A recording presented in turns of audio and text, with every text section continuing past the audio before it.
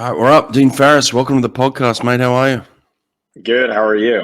I'm in senior week right now, so about to graduate next week. So it's a fun time for a couple more weeks until I'm finally gone. So You're finally graduating, man. That's crazy. I mean, I feel like you've been there for a little while, actually.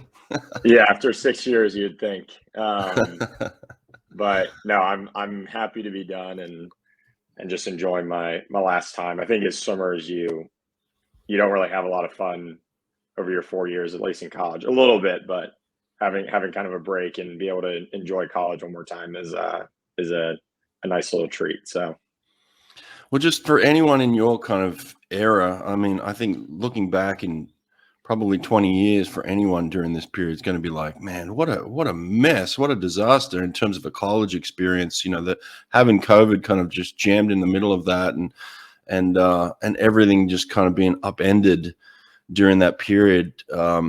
It's pretty crazy to think that's how it kind of went down, right? yeah, I think I got away with it a little bit easier than others because I Hmm. took my year off during the COVID or leading up to the COVID year. So that was my senior year, 2019, 2020.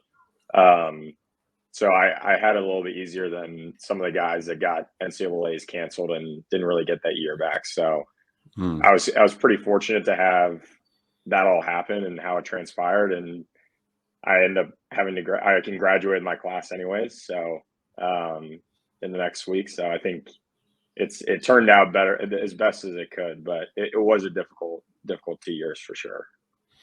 You're one of those kind of rare people. I don't know how rare, but you're rare in the sense that you're extremely intelligent, obviously, but also super talented. I think there's talent, and then there's kind of a super talent. You're definitely in this kind of super talent realm. I mean, you've proven that over time. So, how has it been for you in terms of the balance between the academic side and the swimming side? Yeah, it's definitely been an interesting experience for me personally. I actually enjoy having that balance. I think taking the 2 years off kind of showed me that I need something to do outside of swimming. I was going a little bit insane just focusing on swimming, um, but I think it's just a product of um, just always having passion for academics and also athletics and having that balance. I always tried to have something else other than swimming. So whether I was playing soccer until I was 14 or playing golf, which I still do now, just having those things to kind of complement swimming. And I think there's a lot of overlap. I think just being well balanced. I mean, it's a really important aspect, especially in college, and having longevity in the sport. So I've been fortunate enough to have other passions that I can pursue as well as doing well in swimming. So Let's give your parents some credit here, hey. In terms of raising kids, it's not easy, man. And for it's I'm not. sure for you, I'm sure for your parents to look back on what they've done with you and how successful you've been. About to graduate Harvard here, and one of the top swimmers in the US in your time. So it's like it must be a lot of pride for them. But what are the things looking back that you felt like they got right? I mean, I think to go off what I was just talking about, I think allowing me to have other passions and not forcing me into swimming at a young age. I started summer league. That was kind of my introduction to the sport. Both my sisters did it. We had a nice little community pool that I swam at, and I was really passionate about it, but it was never my entire life, and they never really made it my entire life. So I'm really fortunate to have them allow me to play soccer and allow me to make my own decision on going full in on swimming when I decided to quit at 14. So I really think the biggest thing is just the biggest times that or the times that I see kids have burnout, especially for the guys that were really great in high school or like the 15 to 16 age is they just went too hard and had too much pressure at a young age. Mm. So I was fortunate enough to have my parents and then also my club coach, Mike Norman. He made sure that I had some left in the tank going to college. We didn't really lift that much. We did a lot of technique work, so I wasn't in a heavy yardage program, and I think all those things just led to a successful college career, which has been probably the most fun part of my career, obviously. So, yeah, just really fortunate for the balance that the people around me allowed me to have. Yeah. I guess someone like you, growing up in kind of the high school system, being really good at school and having the swimming as a component there, you probably could have picked any school in the country, realistically, right? So why did you end up picking Harvard? Yeah, so I was looking at UNC and Cal Berkeley. Those were the two, or UNC, Cal Berkeley, and Harvard. Those are my three trips that I took my senior fall. Um, Obviously, all great academic schools. That was a Hmm. big portion of it. And then it was just really finding a team that I really enjoyed, and some coaches that I really believed in. So all those schools, I think, obviously, I'd probably be happy at all those schools, but at Harvard, the team is what separated it for me. I remember going on my trip, and when my mom picked me up from the airport, I was just smiling ear to ear, and I knew I had found the guys that I wanted to share 4 years with, and all those experiences with. So that was a big part. And then Kevin and Sam had a vision for me, and they had a vision for Harvard as well that I bought into on making it a top 10 team. So um, it was just all around a lot of great things going on there, and just a great balance. And it's really hard to turn down Harvard, I think, at the end of the day.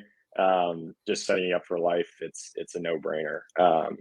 So those are really the main things. And obviously you have doubts when you make a decision like that. I feel bad for the guys now that have to make it sophomore year of high school. It's pretty tough, It's crazy. because everything changes. I mean, I was a totally different person then, so you kind of have to think. When I made the decision, I thought about who are the guys that I kind of look up to and want to be around, and because they say like the five people you hang out with, you're gonna end up being like them. So you want to find a team where they have a good culture, and the guys that you look up to and kind of want to be like. And for me, that was Harvard and their team. So yeah. Wow, that's interesting. That's cool. I like that. Growing up in Australia, we hear about different colleges and kind of their reputations, and me coming across now and understanding the different colleges and the collegiate system now, I've got a better understanding. But I do have a pretty big following overseas still. So for those that are listening now, like what is Harvard? Like, why is it so well known? What is it about Harvard that attracts the best of the best? I don't know. I think it's just one of those places that has the lore that it's kind of a little bit hard to put your finger on. There's definitely a lot of history there, and it's just a very special place to go to school. And I think it's not something I think when you're in a place like Harvard and you're a student there, it's a little you kind of get in the bubble, and it's hard to kind of realize how fortunate you are to be at a place like that. But I think looking at it from now, almost graduating, it's just you're surrounded by amazing people that all have their own thing. Whether it's they're amazing at playing an instrument or athletics, or they're just exceptionally smart. Um, Everybody kind of has their thing where they got into Harvard, and it's a cool experience, especially freshman year, just kind of figuring out like, all right, what was kind of your thing that got you in. And typically it's something pretty amazing. So it's just being surrounded by some amazing students and athletes and all those things. So um, yeah, I really enjoyed the whole experience, and just the Ivy League in general. I just love. I went to Ivies my junior year of high school. I visited Princeton when they had Ivies at home, and Mm. immediately I was like, this is an entirely different league from the SEC or ACC, and the history behind it, and our rivalry against Princeton and Yale. I mean, those are things that just are really unique, and they just have so much history behind them. So it's a very meaningful experience, I think, going there and being a part of that. Yeah, no doubt. Oh, and what about your degree? This interests me. You picked history. Why did you choose history? That was one of my favorite subjects in high school, and I also love science. So actually my degree is it's called history of science, and I Mm. was able to pick basically half my degree was I could pick history classes I was interested in, and then half is in a science field that I chose, which was psychology. And I basically just got to have a marriage between the two subjects I really enjoyed learning about. And they had a lot of flexibility, which is great because I was obviously trying to make the Olympics and had that in the back of my head. And I originally did not want to take a year off. That was kind of a decision that was looming over my head my senior year, having to do that in trials. So I wanted something that was a little bit more flexible and something where I could take the classes that I want. And that's something that we tell all the freshmen coming in is just don't try and get caught up in what everybody else is doing. Just find what you're passionate in, and that's when you're going to do your best. And don't pick a major based on the job that you want or what you think you want. It's more so just enjoying learning, and I think that's what Harvard offers for a liberal arts education is you can just really find your passions and explore that. What about the academic balance there? Was it difficult at times to be an athlete at Harvard? Obviously they've got great athletics, so I don't think it's a surprise to the faculty that you're on a team and you got to travel and do things like that. So I'm sure there's concessions, but how much of concessions? How much do they support athletics at Harvard in terms of being able to, like you said, you wanted to make the Olympic team. Is that a reasonable expectation at Harvard, considering the academic prowess there? Yeah, I think so. I mean, to be fair, I think we have the most D1 athletic teams in the country for any school. I think we have 42 athletic Oh, teams. So oh wow. athletics is like a huge part of the student body. We have a lot of Mm. athletes there. And I never really had any issues with the balance of athletics and being at Harvard. The teachers are really understanding. The athletic department helped us out a bunch. But I think what separates us from an SEC, ACC school is the like they want us to be regular Harvard students. So Mm. we don't really have an athlete dining hall. We don't have athlete dorms. We have basically everything that a regular Harvard student has. I guess other than access to the training room. But it's a very you are a Harvard student, and it's kind of it's a cool experience. I think on the one hand, you always want a sport like swimming doesn't get a lot of attention anyway, so you always kind of want to be a little bit more recognized. I Yeah. think that's across the board, but I think at the end of the day, they teach you how to leave a place like Harvard and not being babied throughout my experience. I think will help a lot when I move on from the sport and from Harvard. So it's a different experience from another school where they have mandatory tutoring, all of that stuff that you get at a big school like Auburn or Texas or Mm-hmm. something like that. Mm-hmm. But I think that experience is important for kids because I don't feel like I'm going to come out of this experience and be like, all right, where's my tutor to help me with my homework, or where is all the support that I have? You kind of figure out what works for you and how basically how to function after college. Not that you don't get that at other schools. It's just you have to do a lot more on your own, I think. That's So interesting. Tell me about that. I think people would be interested in that side of it, the academic side, and kind of you're about to graduate from Harvard. I yeah, mean, it's such a huge success story. So, like, what are the things you did early on, maybe, or what are the things you learned over the course of the time that you were there in terms of having success, in the classroom? Because there is a balance. So it's like, where did you find that balance between being able to have the success in the classroom but still be very successful in the pool? I think a big part of that is having the right balance, and time management is, I mean, everybody says that, but time management is a huge part of it. What does time I think management mean to you exactly?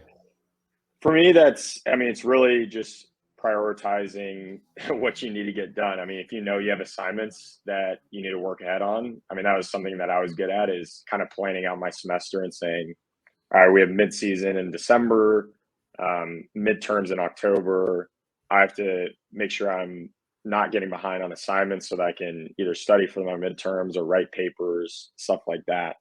And that's something that you'll learn at any college is figuring out that you can't leave stuff to the last minute, Mm. especially with swimming and meets that we have. So, and then a part of that is just picking the right classes for that semester. So, if once you choose your major and you have your core classes, you figure out, all right, this is a pretty difficult class. I need to balance it out with maybe two classes that are a little bit easier on the workload, or have papers instead of tests. So you're not writing 4 papers at the end of the semester. Right. So those are like the little nuance things that's something that I relied a lot on my first 2 years. I kind of looked up to the seniors and juniors on that, because they've obviously been through that. And you kind of figure out, all right, these are the classes that are really difficult. These are the classes that maybe you should take to balance out your schedule. So that's a big thing, is balancing out your schedule and just planning ahead and making sure you're on top of everything, and asking for help when you need it. The people that I think at Harvard is you have your pride and you try and figure everything out on your own. But at the end of the day, you're surrounded by 40 other guys on the team and some coaches and academic advisors, and everybody wants you to succeed. And you just have to use those tools to help you out. We individualize training in the pool, so why not individualize your nutrition? Erica Beine of Beine Wellness Building will help you and your swimmers get exactly what each athlete needs through genetic testing and personalized nutrition plans. So stop guessing what you should and shouldn't be putting into your body. Athletes within a few weeks have noticed they're recovering faster because they're fueling their body with what they need and staying away from what their body hates. Erica understands swimming. She gets it. She's worked with over 20 Olympians, including the fastest man in the world, Caleb Dressel. Group discounts are available, so go to Beine Wellness Building and get in touch with Erica today. That's Beine, Beine, wellnessbuilding.net. I would imagine at most colleges there's kind of a varying level of intelligence and commitment and even kind of time management skills and those sorts of things. But I would think that at Harvard it's more of a bottleneck, where it's like everybody's super smart, everybody's pretty organized. Like that's in my mind. I'm thinking is that reality? Is it super competitive in the classroom? Like, do you feel pressure walking in, and maybe how did you deal with that pressure? I think, yeah, it is definitely, it was intimidating my first 2 years, I think. And that might be a pretty common experience for everybody, is you just want to do well, both in swimming and in school. Um, I think it's intimidating coming into a freshman or sophomore class and you have upperclassmen that are really smart and way more experienced. Yeah. And I think there is like a little bit of pressure, and I think people tend to, I don't know, be more stressed about that stuff than you actually should be. But at the end of the day, everybody is a little bit stressed, a little bit worried and intimidated by the kid next to you that's super smart or super talented at their sport. I think that's something that's just life, where you really just got to focus on what you need to do, and realize that no one's really caring about what everybody else is doing. They're probably focused on what they're doing. But yeah, I do think that there's a little bit of pressure, and I think that goes away once you learn how to be a student at Harvard, and you learn those things throughout your 4 years. And then once you get to junior, senior year, you feel like you have a little bit more experience on your belt, and you belong a little bit more at the school. So, and I think that's probably a natural thing for most colleges, and going from high school to college is a big transition. So, I think that's a pretty common thing. Yeah, yeah. How do you look back on your career now, swimming wise? I mean, you've just announced your retirement from the sport, which for me, as a swim nerd, as a swim coach, like it hurts when I see someone as talented as you as like retire so young. I'm like, oh man, there's so much more there. But like, from your perspective, how do you feel about your career?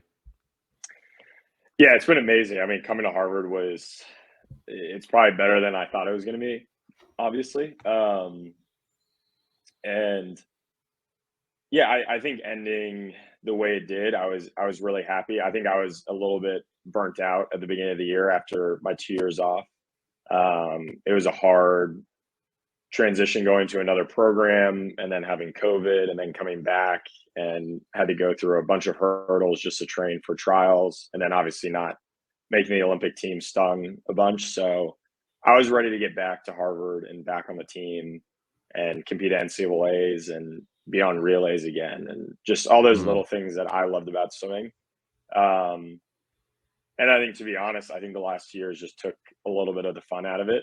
right, right. And it's just the way it is. And but I'm really proud of how that the my headspace at the beginning of the year versus the end of the year. I made a lot of strides in my mental health, which was I'm proud of. And I mean, obviously, I want to win an NCAA title my senior year after winning my junior year and breaking another American record, whatever that might be. But um, I'll remember the relays that I was on, getting 13th as a team again at an extremely fast meet. And I think those things all in 20 years, I'll remember more than whatever results I have or could have Right. had this year. So, um, there's obviously, I mean, the competitive side of me wants to win always, so it's never a happy thing to not achieve your goals. But um, I'm really proud and happy of how it all ended.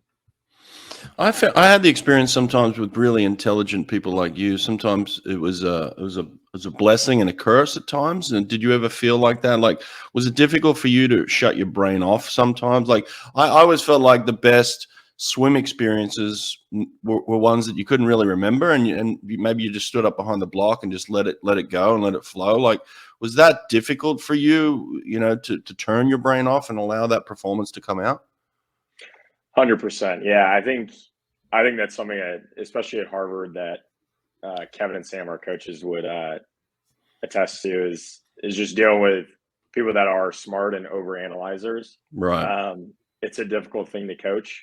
Um, I think it leads to a little bit more stress around competition. You're trying to be perfect and trying to Yep. figure out exactly how to go your fastest time rather Hmm. than just shutting it off. Hmm. Um, I think someone that was great at shutting it off was Townley. I mean, like when he got into a race and just training with him, even he would just turn into a different person and shut everything off and just go race. And that's something that I always training with him. That's something I always tried to take from him and apply to my swimming. Because at the end of the day, once you get behind the blocks, you just want to shut off and just race. And the guys that are the best can do that. Yeah. Um, and there are times where I had that, and there are times where I didn't. I think that's probably a very common thing as well.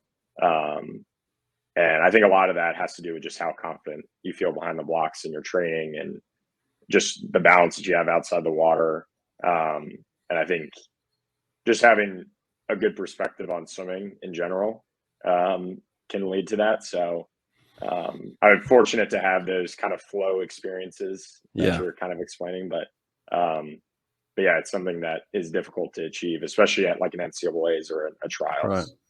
Maybe this 129, this American record, this 200 free that you pumped out, 129.1. I mean, that's fast, crazy fast, and you did it in a relay, right? Like leading off a relay. So was that one of those experiences maybe where you just kind of allowed yourself to go? Because I mean, I'm looking at the splits here. I'm like, dang, like he went for that one. Like you unleashed going out in Yeah, 42.8. I mean, 105 at the 150 is just blazing. So do you feel like that was one of those experiences? for sure. I think that whole year I was pretty locked in and had a good mentality. And I was really motivated to just do really well at NCAA's. I had a kind of a disappointing sophomore year NCAA's where I put too much pressure on myself, and that year I was just kind of wanting to swim as fast as I could, and I think that race kind of showed my mentality for the entire year. Um, I also took I didn't take or I didn't do the Turner Free individually. So I knew that was my kind of one shot to do it. And I was pretty nervous beforehand, but I remember just kind of like letting myself go for it. And it was just one of those swims where I took it out and just kept on going. And I kind of knew where I was at, and I had clean water. So it was just kind of like a perfect storm of events. And I don't think it was a perfect race, but it was pretty damn perfect, in my opinion. So I think that was one of those flow experiences where I knew I was having a good race halfway at the 100 mark. And but I also knew I was taking it out pretty fast. So, but yeah. So you think 128's a reality then? I think so. Yeah. I think in the next 4 years, I think people will be breaking that. What's your one piece of advice for someone who thinks who wants to have a shot at that? Is it just attack, or what is it?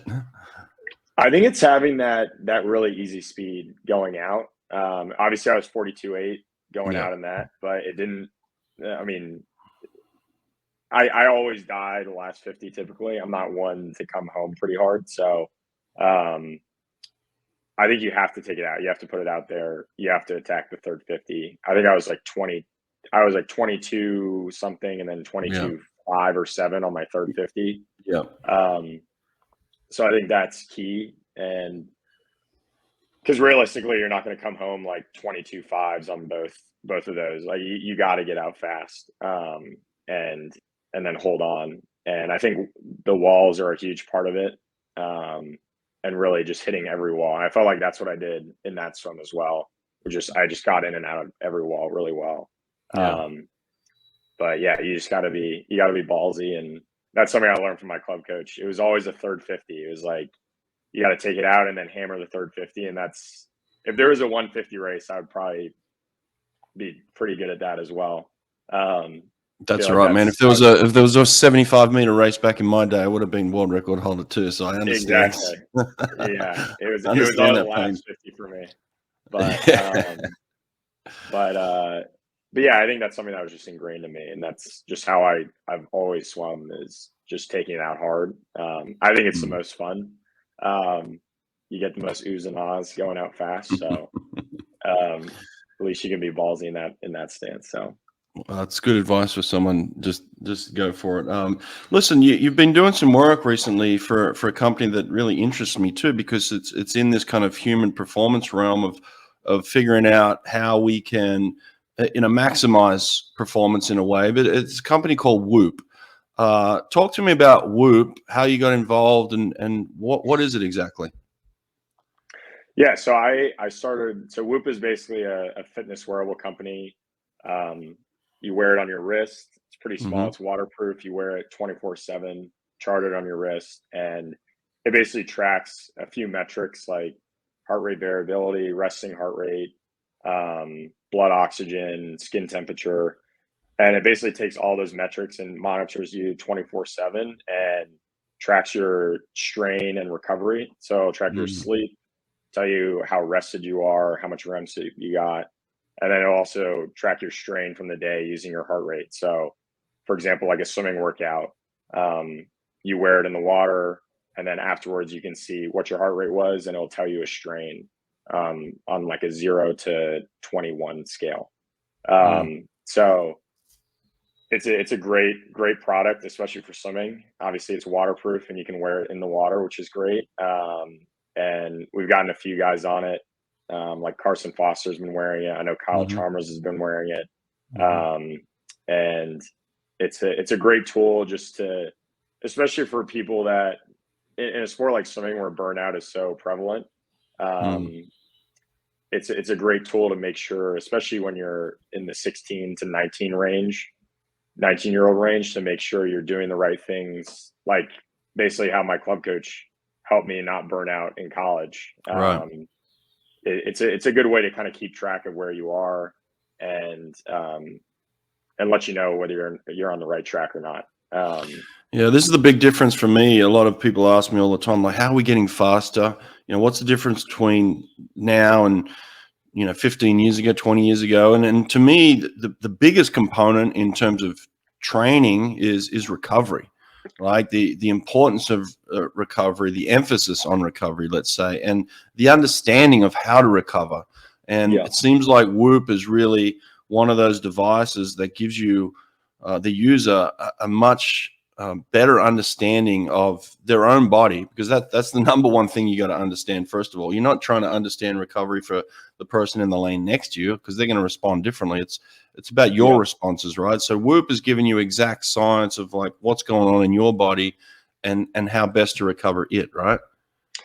Yeah, and like a prime example of that is, I think Michael Phelps, when he was at his peak, or I mean, really throughout his entire career, he was the best at recovering. I mean, you heard stories about him sleeping in the high altitude chamber and taking ice baths and making sure he was just primed and ready to go. I mean, it's still amazing to me after now swimming at a high level, what he did in 2008 with just the amount of swims he had over those 8 or 9 days, whatever it was.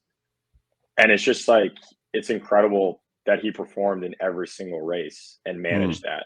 And I mean, he's an investor in Whoop, and he's been on the podcast and everything. So he's a huge believer in the product. And I think if you ask him now, I mean, he probably wishes he had a Whoop back in the day, because I'm sure it probably would have mirrored a lot of the stuff he was doing, because I think he was pretty cutting edge in all the recovery stuff. But I totally agree. I mean, everybody works hard in swimming. I mean, swimming attracts people that are a little bit off and really work hard. Eddie always said that is kind of like swimming chose you. You didn't really choose swimming. I think it chooses a different breed of people. But the recovery is what separates you. And I think that's what I saw. That's what separated me in college from either people on my team or other people in the country, was just the emphasis on recovery, Normatec, eating the right food, drinking protein, like all those little things that add up, that it's like very taxing to do that. I mean, that's the one thing that I've enjoyed after swimming, is just like being able to work out and not have to do all the little things that you need to do to be an elite swimmer. Because I think it's just an all-encompassing sport where like you're just on the edge of burning out all the time, pretty much. And I think you've seen that shift, and you've seen that less is more. And I think, for example, Whoop is like a great tool for understanding where that balance is. I mean, they even tell you like what strain you should be hitting based on your recovery to gain fitness or to stay in the good zone, so that you don't have 2 or 3 weeks of really, really hard training, and then you end up getting your taper meet and you're just so in the hole that you can't even perform well. And I've been in those points where it's like you're just so far gone that you just need a break. So, and I think a lot of people during COVID realized that. It's just like people needed those 6 months off or 4 months off from swimming completely. And that's where I think something like a Whoop is really, really important, and something where you don't get to that point. Swim Angelfish. Swim Angelfish is an online certification program that strengthens your teaching curriculum to serve swimmers of all abilities. Swim Angelfish will prepare you and your instructors with the skills to teach swimmers with autism, physical disabilities, anxiety, sensory and motor conditions, and more. Learn to teach skills faster and with more comfort with Swim Angelfish. Apply for an Only Alpha Pool Product Scholarship and receive up to 50% off your certification. Go to swimangelfish.com today to apply. So, well, how old are you now? I'm 24. I'm getting up 24. 24. Yeah, getting up there. 24. I made my first Olympic team at 25, my man. So there's hope. You could still come back. There is hope. There is hope. I have swam since I've retired. I did a practice. I did a race and a practice. I've swum twice. Well, I was going to say that. I mean, how are you going to access this Whoop now? Like, you're 24 years old, you got the Whoop on, like it's telling you, best recovery practices, but you got to stay fit somehow. And I'm sure you've got that competitive, side of you that's still kind of burning. I mean, it doesn't disappear at 24. So it's like, How are you going to access this Whoop now? What are you going to do in the future to kind of push your body again? Yeah, so I mean, I think that's a good point about Whoop. I think as important as it is to have it during training and how much it helps during training, I think even more so in a transition period like this, where I'm going from elite athlete to just wanting to be a regular. I mean, I'm still obviously competitive, Yeah. and lifting 4 times a week, running. I did a 5K, stuff like that. So I think those little things, and I think that's where Whoop really helps is during that transition, because I still want to be an athlete. It might not be in swimming at the moment, maybe down the road, but I still, I mean, I'm a high performer in whatever I do, and I Yeah. think having something like Whoop, and that's what I see. I mean, a lot of our guys that have graduated are now on Whoop, and we have a little group chat that we kind of talk smack to each other about our recovery scores in there. But it's a thing where you have these people that have cared about their recovery and understand the importance of it, and now that you can visually see what it's like to have a high strain or have a good recovery score, it's almost addicting to be like, I want to optimize my body and life for after swimming. Yeah. And I think that's something that you're seeing more and more of. I mean, I go on Instagram now, and the amount of times I see Whoop is crazy compared to last year. And I think people just really care about that. And even if you're not an elite athlete, I mean, just the focus on mental health and physical health is so important. And I think COVID kind of showed us how important it is. And it's something that really helps you in that transition period, and just allows you to maintain that good balance as you enter that next stage of your life.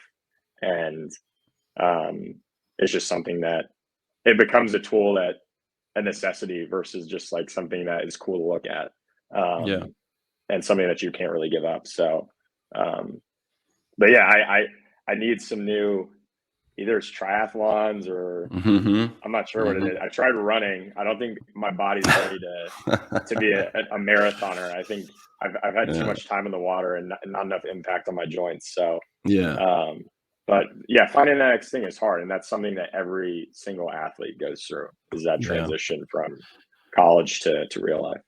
Well, you're about to be a Harvard graduate. You're 24 years young, and there's plenty of life left to live. And so I'm excited for your future, man. And congratulations on everything you've achieved so far in life. And it's pretty remarkable. Should be super proud of yourself.